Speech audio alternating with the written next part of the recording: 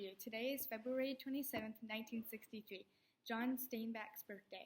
And today we have brought John Steinbeck as well as a Bible philosopher, Professor Alexandra, and we are going to interview them about this book, The Pearl, and how it compares to the Bible. We came here to interview them. Hi, how are you? Good. Today we're going to interview both of you to see how the Bible and the Pearl relates to each other. So let's see a little background information. Well, I was born in California, and when I was older, I moved to New York. Now I'm here publishing books. The Pearl is my fourth book, and I have lots of meaningful things. The book kind of explains my childhood, being very poor.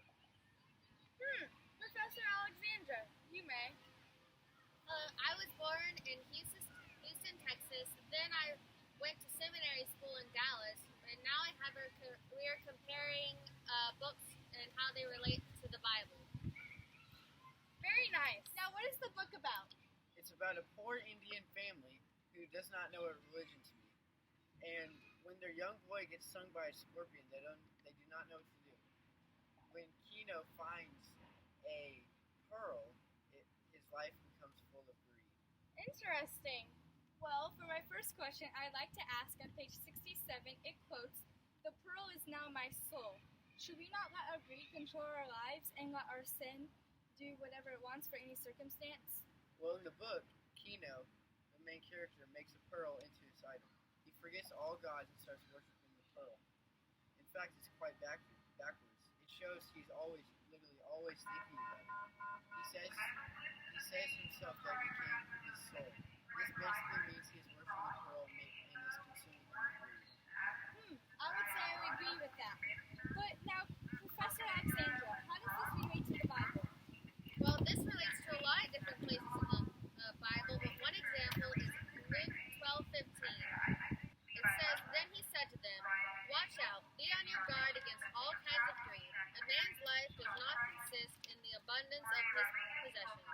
This verse warns people against being caught up with greed of their own possessions, which is like how the novel is showing how greed can manipulate a person and turn them to their absolute worst. Yes, very. And to me, honestly, I need to bring that verse into my life more.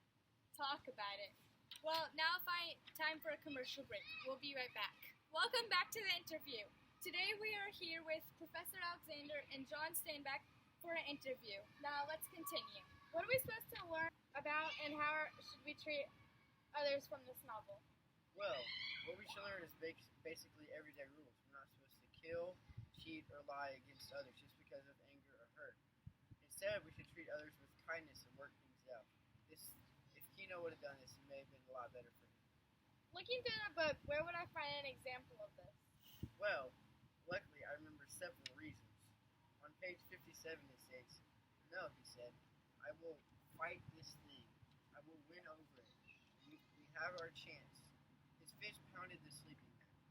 "No one shall take our good fortune from us," he said. This explains it, because he says that he will fight, and he can win over it. But then he got mad. All of these show the signs Kino says he will do to get the pearl. All of these sins also have an act of sinning against others. This shows that if we treat others badly, bad things won't go well. We should treat others with kindness and patience instead, because in James 1:19-20, it says, "My dear brothers and sisters, take note of this. Everyone should be quick to listen, slow to speak, and slow to become angry, because human anger does not produce the righteousness that God desires. Letting your emotions get the best of you and reacting out of anger and hate can cause only bad to come. You should try to strive for righteousness that God desires." Yes, I definitely agree. I see that a lot of times in this book, especially when Kino hits his wife. I don't know about you, but that's definitely not okay. Kino is definitely letting the pearl become an idol. Now for one last question. What is the biblical truth that can be learned from this novel? Well, I would say the main answer is the biblical truth that can be learned from this novel is to not worship the treasures we have on earth, but love and obey God so we can receive the treasures from heaven. And this leads to the Bible in Matthew 6:19-21. Do not store up for yourselves treasures on earth where moths and vermin destroy and where thieves break in and steal. But store up for yourselves treasures in heaven where moths and vermin do not destroy and where thieves do not break in and steal. For where your treasure is, there your heart will be also. We should not let ourselves devote our life on earth with earthly things where everything bad happens. Work for heavenly things which are righteous and just and be rewarded for your efforts in heaven. Wow. Well, I definitely learned that idols should not control our earthly life, and we should not have greed. Instead, we should care for one another and only believe in our Father in heaven. Yes.